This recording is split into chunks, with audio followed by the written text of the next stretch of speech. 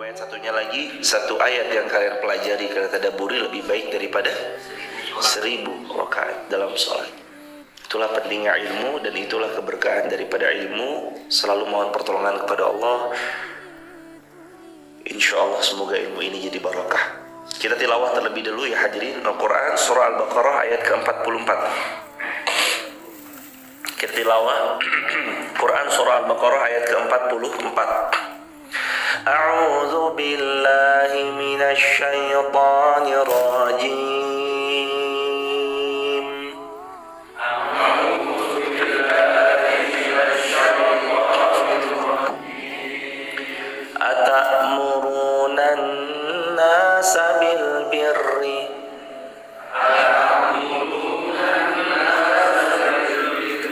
wa tansawna anfusakum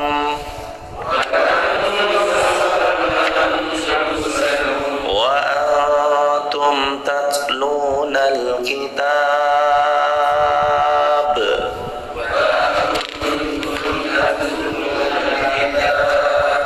afala ta'qilun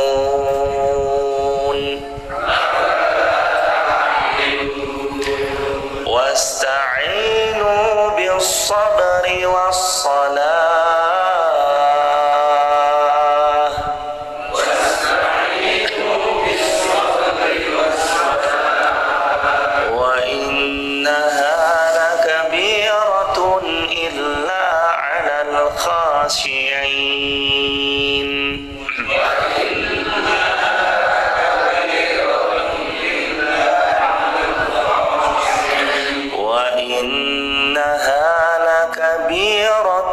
إلا على الخاشعين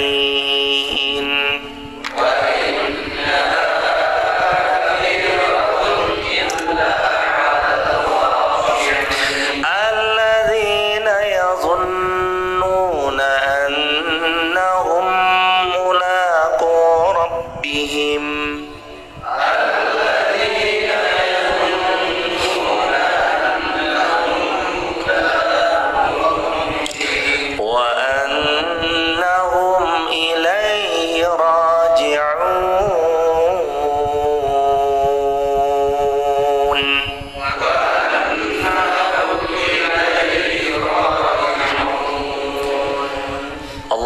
di ayat ke-44, mengapa kamu menyuruh orang lain mengerjakan kebaikan sedangkan engkau melupakan kewajiban atas dirimu sendiri padahal engkau membaca daripada kitab. Afala ta'qilun, apakah engkau tidak berakal? Atau apakah engkau tidak berfikir? Allah Subhanahu wa taala dalam ayat ini mencela kepada orang yang amar ma'ruf kepada pihak lain tapi dia melupakan dirinya sendiri. Dia menyuruh orang lain sedekah, dirinya tidak. Dia menyuruh orang lain untuk berumrah, dirinya tidak. Dia memerintahkan orang berhaji, dirinya tidak.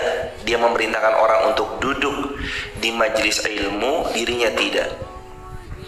Ada ayat yang senada dengan ayat ini, atamuruna an-nasa bil birri, apakah kamu menyuruh orang berbuat kebaikan, wa tansawna anfusakum, tapi kamu melupakan kewajiban atas dirimu sendiri, wa antum tatluna al-kitab afala ta'qilun, padahal kamu tahu mana yang benar, apakah kamu tidak berfikir? Ada ayat yang senada dengan ayat tersebut di Quran surah As-Saff. Allah berfirman, kabura maq'atan 'indallahi an taqulu ma la taf'alun. Kabura, sangat besar kebencian di sisi Allah Subhanahu wa taala bagi siapa? Bagi mereka yang bicara tapi tidak mengamalkan apa yang dia bicarakan.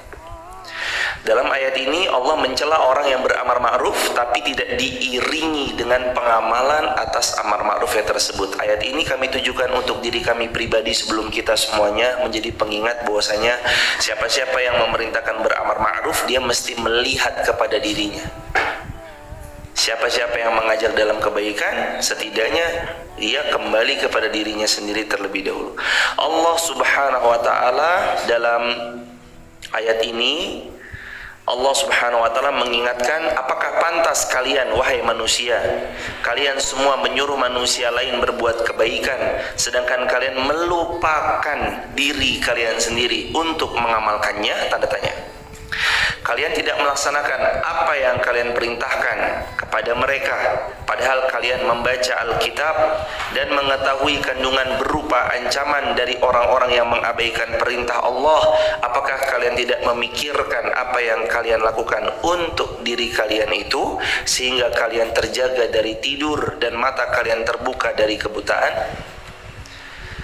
Hal ini sebagaimana yang diriwayatkan oleh Abdul Razzaq dari Muammar dari Qatadah. Riwayat Abdul Razzaq bahwasanya Allah bertanya, apakah kalian itu menyuruh orang berbuat baik, kalian melupakan kewajiban atas diri kalian sendiri, dan kalian tidak melaksanakan perintah yang Allah perintahkan kepada kalian, padahal kalian tahu ancaman-ancamannya kalau orang meninggalkan perintah. Jadi hadirin jamaah yang dirahmati Allah, sama-sama belajar dan mari merenung, kita harus seimbang. Bila mana kita mengajak orang berbuat baik, setidaknya kita mengajak minimal untuk diri kita sendiri sebelum kepada pihak lain. Ayat ini menjelaskan tentang hal tersebut. Dan juga atamuruna an-nasa bil birri wa tansawna anfusakum wa antum tatlunal kitab. Dahulu Bani Israel menyuruh manusia berbuat kebaikan, berbuat yang takwa dan berbuat amal salih. Namun mereka menyelisihi apa yang mereka ajakkan kepada manusia, maka Allah mencela Bani Israel dengan celaan tersebut. Ta'murunan nasa bil bir. Dan celaan dalam Al-Quran, karena Al-Quran itu lock, kunciannya sudah ada dalam Quran surah Al-Baqarah ayat 2, dzalikal kitabu la raiba fihi hudal lil muttaqin. Kuncian Al-Quran itu adalah petunjuk buat kita yang bertakwa. Maka bukan hanya ayat ini berlaku atas orang-orang Bani Israel, tapi ayat Al-Quran berlaku untuk seluruh manusia. Lebih-lebih yang mau mengambil ini sebagai petunjuk adalah orang yang bertakwa. Hudal lil muttaqin, ini petunjuk. Jadi ayat ini Allah mencela atas mereka. Siapa mereka? Bani Israel. Siapa Bani Israel? Yang menyuruh manusia berbuat baik, takwa, amal salih, namun mereka menyelisihi perintahnya kepada pihak lain tersebut. Jadi mereka itu cuma nyuruh tapi enggak.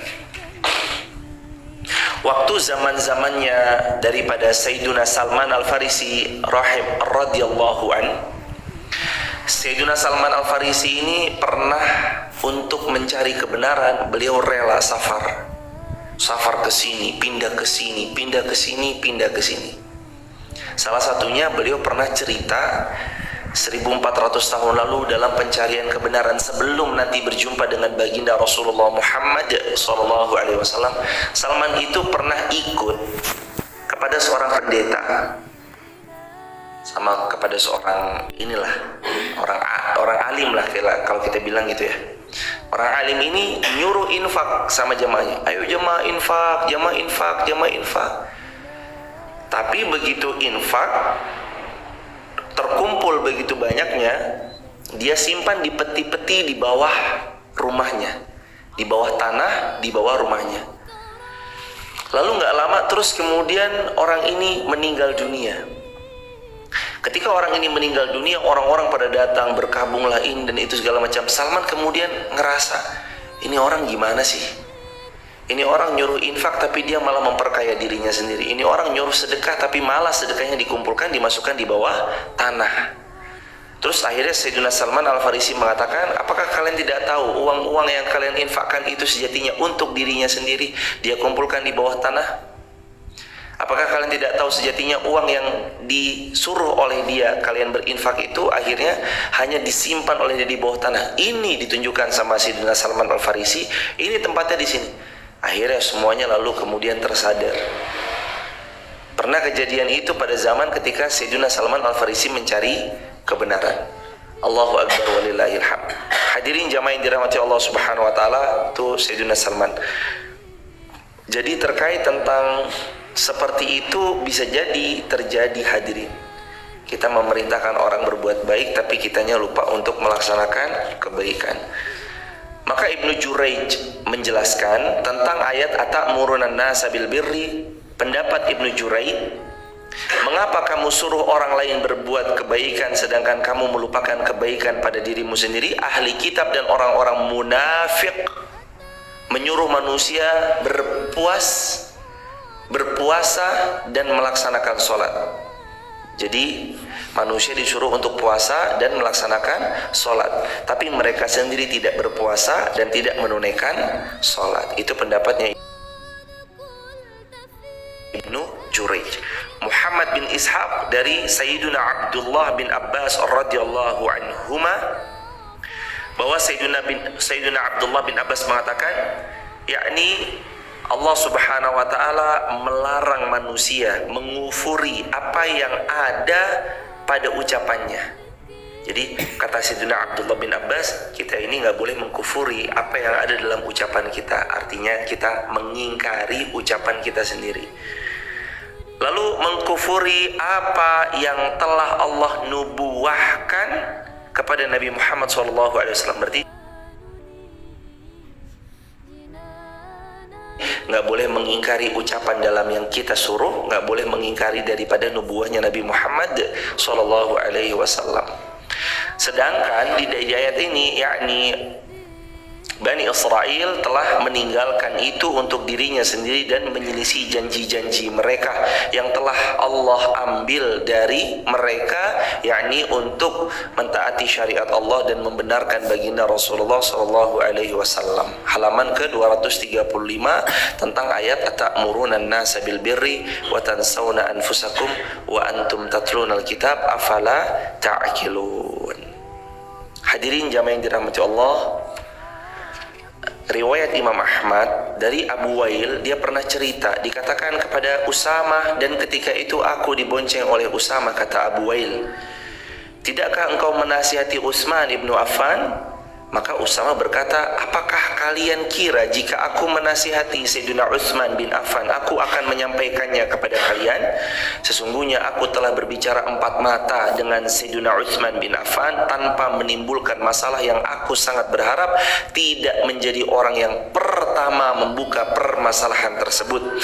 Demi Allah, aku tidak akan mengatakan kepada seorang pun, sesungguhnya engkau ini adalah sebaik-baik manusia, meskipun yang ada di hadapanku adalah seorang penguasa, karena aku telah mendengar sabda Rasulullah sallallahu alaihi wasallam tentang dirinya, yakni tentang Sayyidina Utsman bin Affan. Maka orang-orang pun bertanya, apakah engkau dengar dari beliau sesuatu? Usamah menjawab, kelak pada hari kiamat akan didatangkan seorang laki-laki, lalu dia dicampakkan di jurang api neraka, kemudian ususnya terburai, ia terputar-putar di dalam neraka seperti keledai mengitari penggiling-penggilingnya. Maka para penghuni neraka menggiling seraya berkata, wahai fulan, apa yang menimpa dirimu? Bukankah engkau dahulu orang yang menyeru kepada kami untuk berbuat baik, mencegah kami dari kemungkaran? Orang itu menjawab, sungguh dahulunya aku menyuruh kalian berbuat baik, tapi aku tidak mengerjakan kebaikan yang aku perintahkan. Aku melarang kalian dari perbuatan buruk, namun aku sendiri mengerjakan perbuatan buruk tersebut. Hadis sahih riwayat Imam Ahmad, diriwayatkan juga dalam hadis Bukhari. Hadirin jamaah yang dirahmati Allah, ada zaman itu para sahabat Nabi SAW, walaupun kepada seorang penguasa, tetap beliau menghadirkan nasihat jika memang ada hal yang penting dinasihatkan. Hadis Ahmad ini mengajarkan kepada kita objektivitas. Yang pertama, nasihati seorang penguasa jika memang diperlukan. Sebagaimana kata Nabi SAW, فَإِذَا اسْتَنْصَحَكَ فَانْصَحُ. Apabila meminta nasihat, nasihati. Itu kan kalau meminta. Kalau nggak diminta, gimana? Man ra'a minkum munkaran falyughayyir biyadihi fa illam yastati fa bilisanihi fa illam yastati fa biqalbihi wa dzalika adhaful iman. Siapa-siapa yang melihat kemungkaran terjadi depan matanya, termasuk terjadi kepada pihak penguasa, dan kita punya akses untuk menasihatinya, maka nasihati dengan power. Nggak bisa bilisani, dengan lisan kita. Fa illam yastati' fa biqalbi. Kalau nggak bisa dengan lisan, dengan power, maka dengan hati. Lalu kemudian mendoakan. Itulah selemah-lemahnya iman. Itu menasihati hadirin. Bahkan Sayyidina Utsman bin Affan ketika menjadi seorang khalifah ada kekeliruan, dinasihati hadirin. Terus kemudian yang berikutnya nomor 2, dalam hadis ini kita diajarkan juga bahwa menasihati itu 4 mata. Ketika memang dianjurkan 4 mata. Karena nanti menasihati ada 2 versi. Menasihati 4 mata, ini yang lebih ditekankan dalam hadis ini, karena Sayyidina Utsman bin Affan ini sahabat Nabi yang mulia, dijamin syurga, menikahi 2 putri baginda Nabi SAW. Maka Sayyidina Utsman bin Affan, cara menasihati beliau adalah dengan 4 mata. Abu Wail dengan beliau, atau Usama dengan beliau. Lain cerita kalau kemungkaran itu terjadi di muka umum, sudah viral dan semua mengetahui kekeliruannya itu secara masif, besar, viral, banyak orang tahu, maka meluruskannya juga di muka umum boleh. Apakah itu termasuk membongkar aib saudaranya? Jawabannya tidak, karena kekeliruan yang sudah terbuka di muka umum, pembenarannya juga di muka umum. Kecuali kalau kita memang punya akses dekat kepada beliau dan kita bisa membersamai beliau dalam kebaikan, nggak apa-apa, sampaikan aja face to face. Tapi kadang kita nggak bisa punya akses itu, maka kekeliruan yang terjadi di muka umum maka dibolehkan untuk dibenarkan juga di muka umum. Dan itu juga termasuk adab membenarkan kekeliruan. Poin yang ketiga dari hadis ini, kita dianjurkan untuk fair. Kita dianjurkan untuk fair. Fairnya apa? Sebagaimana dalam hadis ini adalah beliau mengatakan kepada Sayyidina Utsman ibnu Affan, sesungguhnya engkau wahai Utsman adalah sebaik-baiknya orang dan engkau adalah sebaik-baiknya manusia. Fair. Beliau memuji Sayyidina Utsman bin Affan. Jangan kita nggak fair, kita nggak objektif. Karena kebencian kita nggak berbuat adil. I'dilu huwa aqrabu lit taqwa. Berbuat adillah, karena adil lebih dekat kepada ketakwaan. Kadang kalau kita mengkritik seorang, kita nggak fair. Orang ini tuh kebaikannya lebih banyak loh. Dia salah, oke salah. Dia keliru, oke keliru. Tapi manfaat hidupnya untuk umat lebih besar daripada seorang kita. Itu apa itu? Wah ini. Dia nunjuk-nunjuk, dia lupa. 1 jari nunjuk keluar, 4 jari nunjuk ke dalam. Dikata ini apa nih, ini. Dia lupa perannya beliau jauh lebih besar dibanding kita. Kita punya peran apa? Beliau perannya udah sampai keliling, bukan lagi Indonesia. Beliau sudah sampai mancanegara, internasional, bahkan dunia sudah beliau sambangi ke sana kemari dan segala macam-macamnya. Kalau kita boleh face to face, berapa banyak orang yang masuk Islam lewat wasilah beliau, berapa banyak orang yang hijrah lewat wasilah beliau. Kita ini siapa dibanding beliau? Ibaratnya begitu kan. Kok kita bisa menghinakan beliau, kita bisa mencemooh beliau, wah ini A, ini B, ini C. Nggak bisa diri. Seorang penguasa fair. Wah penguasa A, B, C, X, Y, Z. Penguasa B, A, B, C, X, Z. Bagaimanapun seorang penguasa memang punya kelebihan, memang punya kekurangan, tapi jangan sampai kekurangannya itu menutup semua kelebihan-kelebihannya. Itulah kadang kekurangan manusia. Seperti panas setahun dihapus hujan sehari. Aduhai alangkah kelirunya kita ketika bergaul dengan manusia. Berbuat baik kita 1000 kali, 1 kali aja berbuat keliru, hilang 1000 kebaikan. Dan alangkah indahnya jika kita mendekat kepada Allah, 1000 dosa kita lakukan, 1 istighfar, Allah ampuni 1000 dosa yang kita lakukan. Itu maha baiknya Allah. Qul ya ibadiyalladzina asrafu ala anfusihim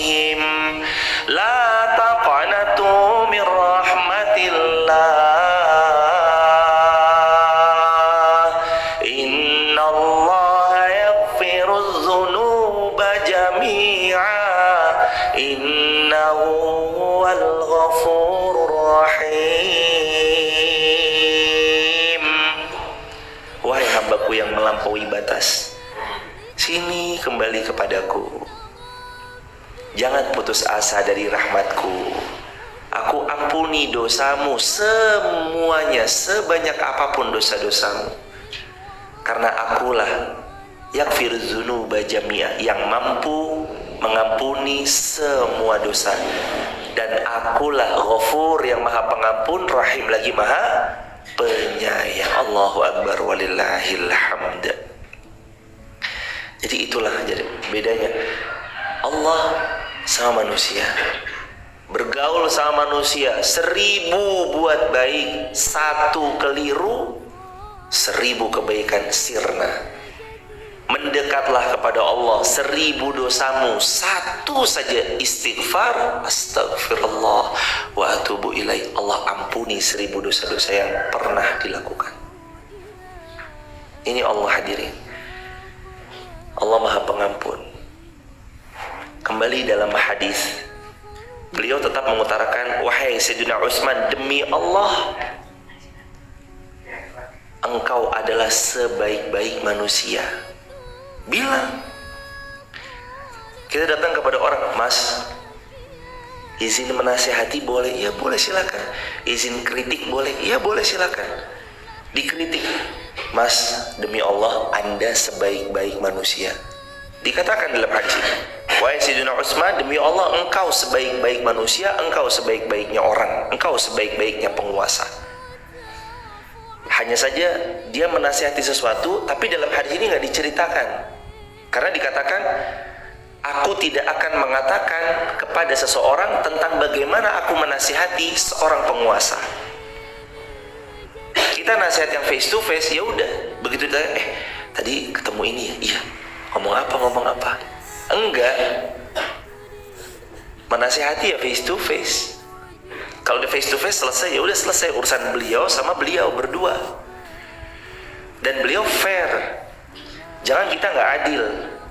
Ini ada orang baik datang, Mas Hadi, makasih ya Mas Hadi. Mas Hadi ini sebaik-baik penanya, wis pokoknya. Dari pertanyaan-pertanyaan Mas Hadi luar biasa Mas Hadi. Izin mengkritik sesuatu boleh Mas Hadi? Oh ya boleh. Gini, dah selesai. Tapi kita fair bahwa bagaimanapun jasanya beliau tuh banyak.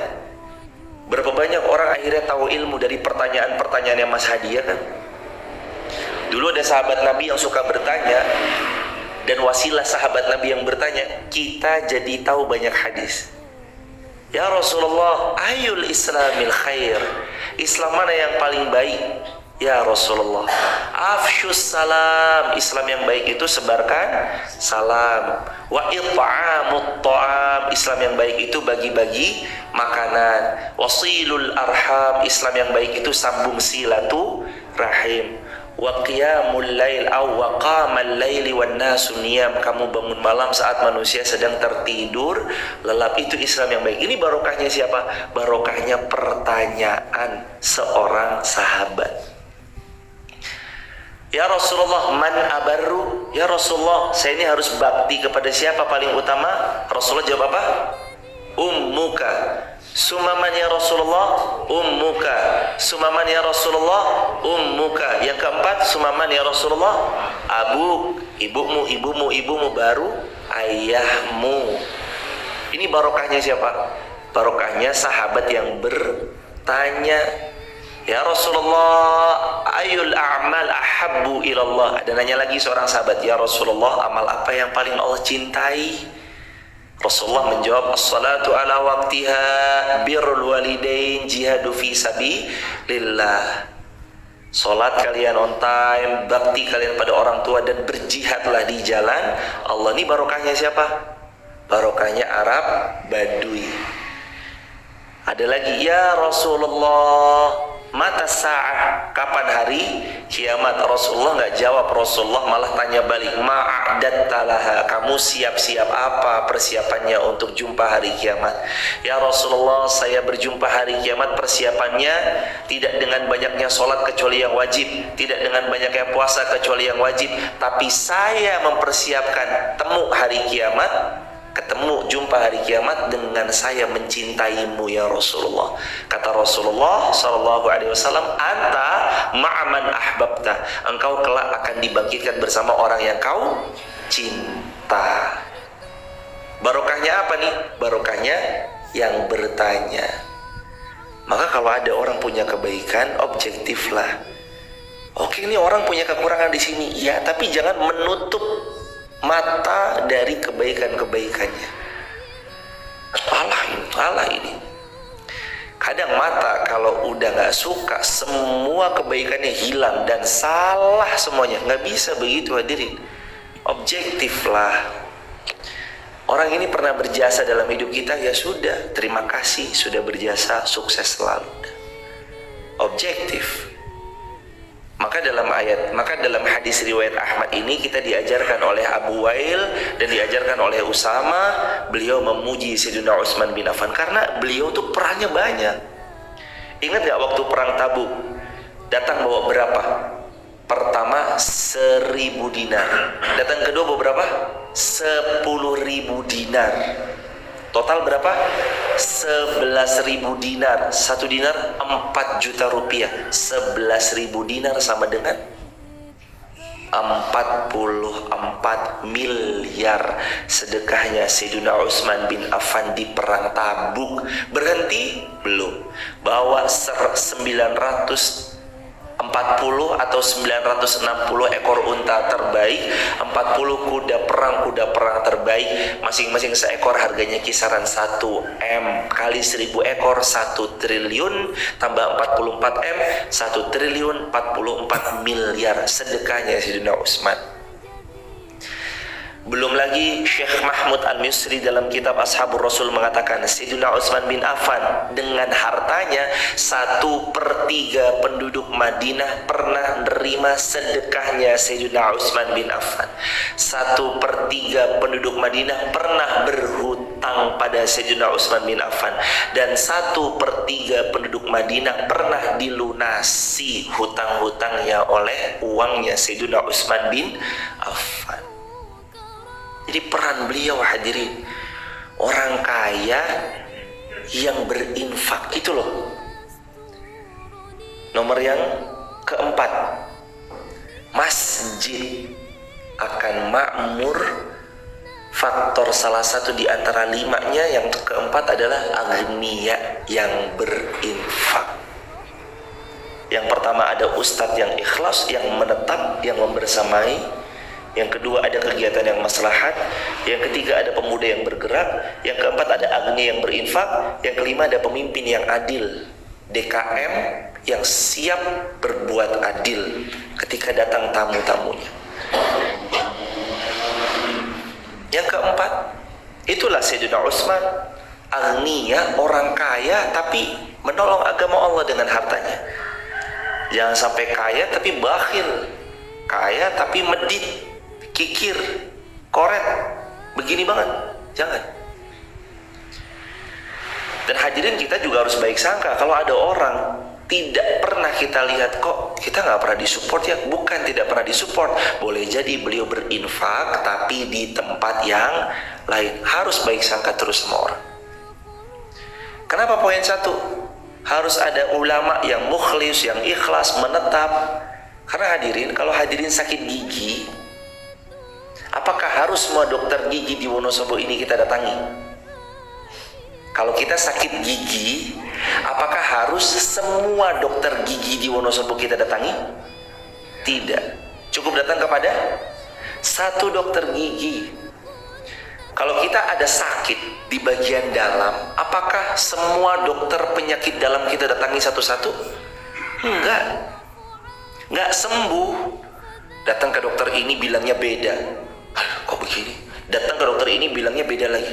Loh, kok beda sama dokter yang pertama? Bingung akhirnya. Bukannya sembuh, malah tambah parah. Prinsip hati kita pun juga sama jemaah. Sebelum nanti kita merambah, oh ya nih, sudah nih terserap ilmunya dengan baik, saatnya saya berpindah guru, nggak apa-apa. Tapi pada awalnya tetapilah satu, konsistenlah, khatamkanlah, bersamailah, wa suhbatu ustadzin, sahabati gurunda kita. Belajar, wa kunu rabbaniyina, jadilah hamba yang rabbani. Apa kata Sayyiduna Abdullah bin Abbas radhiyallahu anhuma? Hamba yang rabbani itu adalah seorang hamba yang jika dia belajar mulai dari basic, middle, sampai jadi profesional. Kalau dia membuka kitab, dia belajar dari bab 1 ayat Al-Fatihah, Al-Baqarah ayat 1 sampai sekarang ayat ke-45, 44, 45, lanjut ke 46, lanjut nanti sampai khatam An-Nas. Itu namanya Rabbani. Gimana kita mau mudah sedangkan di sini pindah, nggak jadi. Sama seperti halnya seseorang mau fitness, membentuk otot bicep, tapi yang dia lakukan begitu masuk, alatnya banyak, semua alat dicoba. Kira-kira otot bicepnya jadi atau enggak? Nggak jadi, karena semua alat dicoba. Para personal trainer itu kalau mereka melatih muridnya untuk membentuk badan dalam fitnessnya, gak boleh megang lebih dari 3 alat kecuali memang diperlukan. Udah, kamu konsen 3 alat ini dulu ya udah. Begitu 3 alat sudah dipegang, udah itu aja terus sampai beberapa waktu. Nanti kalau dirasa cukup, pindah ke alat yang lain. Itu loh hadirin. Apakah seorang ulama Al-Imam Muhammad bin Idris Asy-Syafi'i itu muter.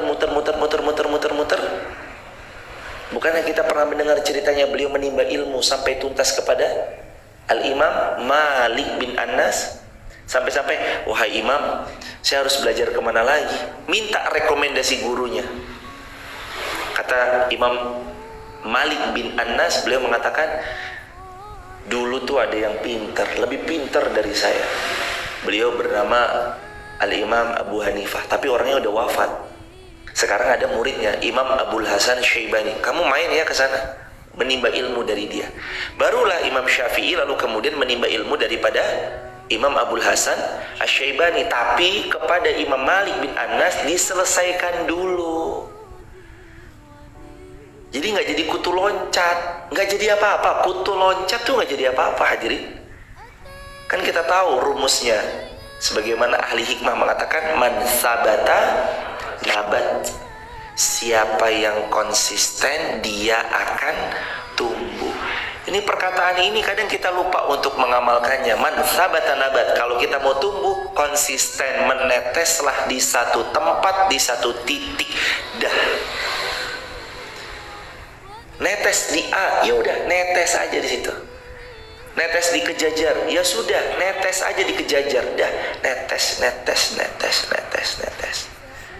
Netes di Campur Sari, udah netes aja di Campur Sari. Netes. Netes di Selomerto, ya udah di Selomerto aja terus netes di Selomerto. Numbuh nanti jemaah. Dari Selomerto nanti pelan-pelan ke tempat yang lain, silaturahmi kepada kaum muslimin yang lain, di negeri yang lain, di kota yang lain. Tapi kan netesnya dari satu tempat dulu. Itu loh yang namanya man sabata nabat. Jangan jadi kutu loncat. Sini belum selesai, pindah lagi. Sini belum selesai, pindah lagi. Sini belum selesai, pindah lagi. Dan gak jadi apa-apa jemaah.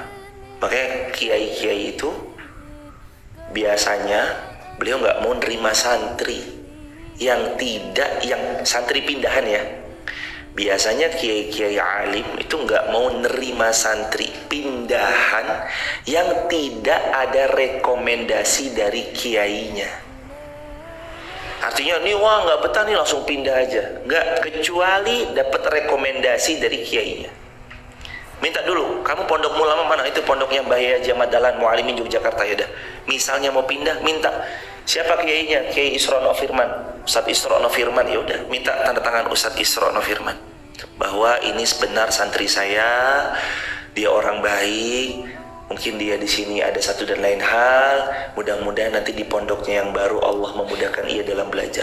Tanda tangan, disodorkan, kiai siapa gitu. Biar ilmu itu berkah jemaah. Jadi nggak jadi kutu loncat, kutu lompat sini, lompat sana, lompat sini, lompat sana. Enggak, konsisten aja, duduk aja di situ. Udah sebentar, lama duduk di situ. Kami belajar, kami kata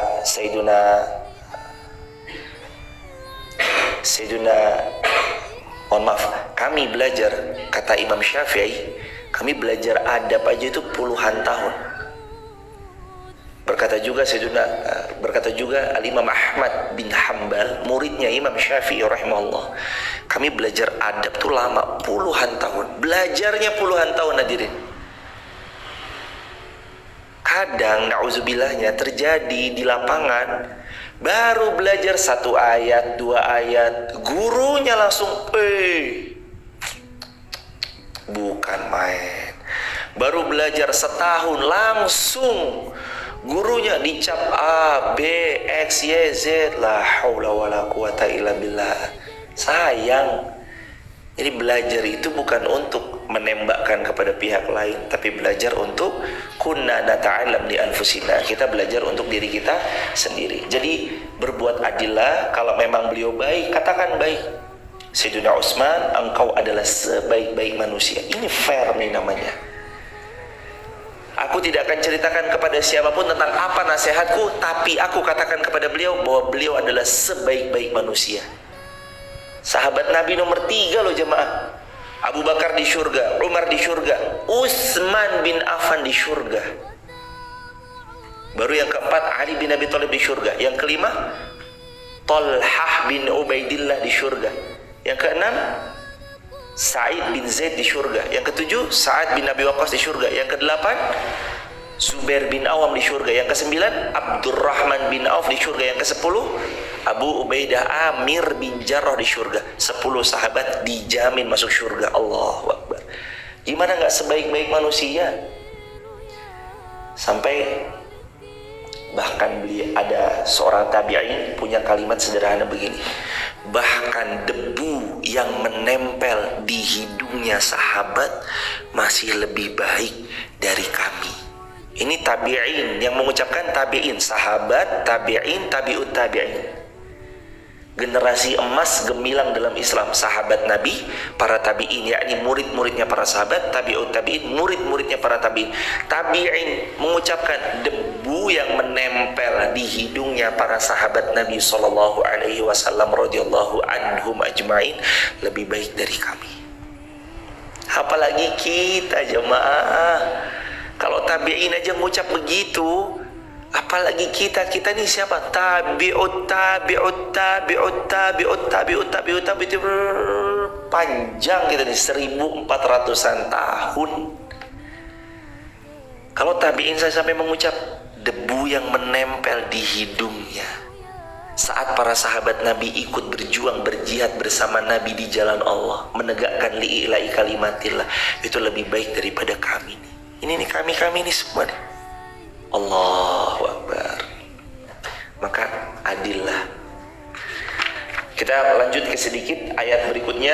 Allah Subhanahu wa taala telah berfirman, wasta'inu bis-sabri was-salah wa innaha lakabiratun illa 'alal khashi'in.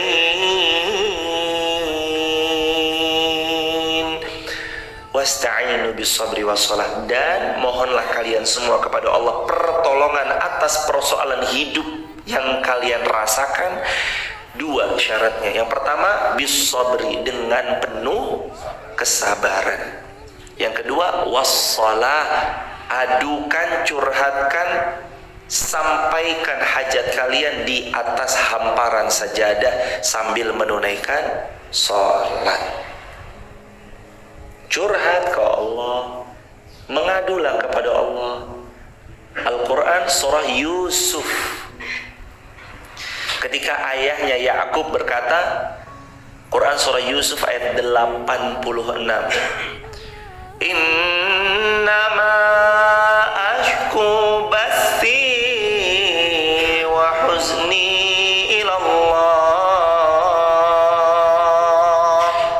Sesungguhnya aku hanya mengadukan keluh kesahku dan kesedihanku ilallah, hanya ku adukan kepada Allah. Sebaik-baik tempat mengadu Allah, sebaik-baik tempat curhat itu Allah, sebaik-baik tempat kita cerita untuk pertama kalinya Allah, sebelum nantinya kita cerita ke manusia, minta solusi kepada manusia yang lebih punya ilmu, lebih berpengalaman. Sebelum kepada manusia, Allah dulu. Karena Allah perintahkan begitu, wasta'inu bis-sabri was-shalah, minta tolong kepadaku, kata Allah, sabar dulu ya kamu, salat deh kamu. Bertanya kepada ahli ilmu boleh nggak? Boleh, dan itu anjuran dalam Al-Quran. Fas'alu ahla dzikri in kuntum la ta'lamun. Bertanyalah kepada ahli ilmu jika kalian tidak tahu. Kalau kita nggak tahu, tanya sama yang berilmu. Tanya sama yang lebih punya pengalaman. Iya, tapi itu nomor selanjutnya. Yang pertama sabar dan sholat. Ini pondasi kaum muslimin. Jangan berserakan, berceceran di sosial media. Aduh, ada masalah sama suami, berserakan di sosial media. Ada masalah nih sama kawan, berserakan di sosial media. Jangan. Cukup. Allah, Allah, Allah. Wa ila rabbika farghab, dan hanya kepada Allah sajalah kita berharap. Siapa yang menambatkan harapannya kepada Allah, dia pasti bahagia. Dan sesiapa yang menambatkan harapannya kepada manusia, dia pasti kecewa. Wa ila rabbika farghab, dan hanya kepada Allah sajalah kalian berharap. Barakallahu fiik. Wa innaha lakabiratun illa 'alal khashi'in, dan sesungguhnya yang demikian itu berat. Yang demikian itu maksudnya apa? Yang demikian itu maksudnya apa? Sabar dan sholat itu berat, kecuali illa 'alal khashi'in, kecuali bagi orang-orang yang khusyuk. Yang khusyuk bisa Allah beri pertolongan, kemudahan, dia bergantung lewat sabar, bergantung kepada Allah, wasilahnya sabar dan sholat. Tapi kalau nggak khusyuk, hatinya nggak khusyuk, dipenuhi dengan hubbud dunia, cinta popularitas, cinta dipuji-puji, cinta dipuja-puja, nggak bisa hadir. Illa 'alal khasyi'in, hati yang khusyuk yang bisa. Al-Imam Al-Qurtubi mengatakan, sebagaimana yang juga dinukil dari pendapatnya Imam Mujahid, hendaknya kalian mengejar kehidupan akhirat dengan cara menjadikan kesabaran dan sholat sebagai penolong hidup kalian. Jadikan sabar dan sholat sebagai penolong hidup. Aduh buntu, harus ngapain? Sabar, sholat. Jamaah yang dirahmati Allah, kalau kita bingung banget karena masalah yang begitu berat dan besarnya, yang kadang datang bertubi-tubi, dan kita nggak tahu harus mulai dari mana untuk kita perbaiki masalah-masalah ini, caranya sabar dan sholatlah. Hamparkan sejadah. Kadang nggak harus kita yang menyelesaikan masalah kita yang sedang dihadapi. Kadang ketika kita serahkan kepada Allah, Allah yang akan menyelesaikan masalah yang sedang kita hadapi. Maka serahkan sama Allah. Ikhtiar yang terbaik serahkan pada Allah. Fatawakkal 'ala Allah, maka bertawakallah kalian kepada Allah. Jemaah yang dirahmati Allah, ada Bono dan Boni. Bono punya koper, berat kopernya 50 kg. Boni bawa koper, tapi beratnya cuma 20 kg. Dia mau naik ke lantai 2. Dia mau naik ke lantai 2 dengan koper Bono 50 kilo, Boni 20 kilo untuk naik ke lantai 2. Itu siapa yang paling berat? Bono atau Boni? Bono, karena kopernya 50 kilo jika diangkat dengan dirinya sendiri. Tapi ceritanya kita lanjutkan.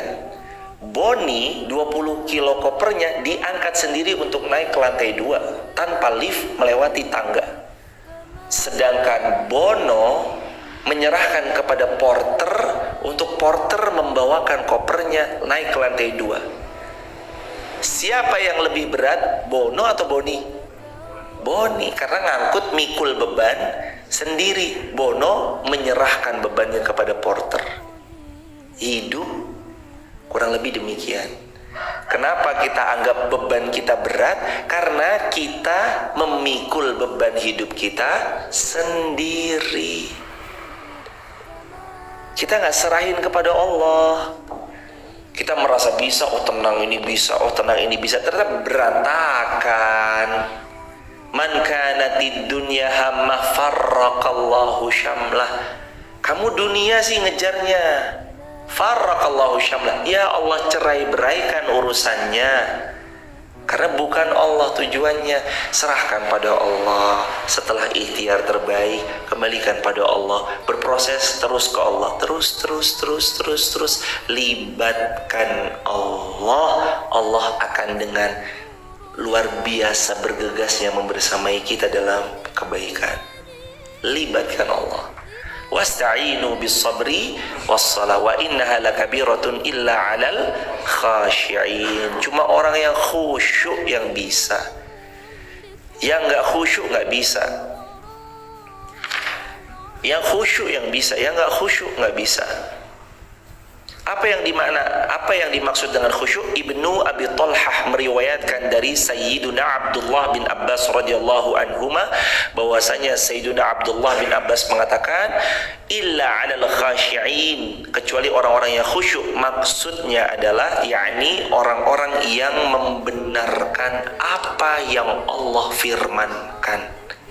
Ini pendapatnya Sayyiduna Abdullah bin Abbas.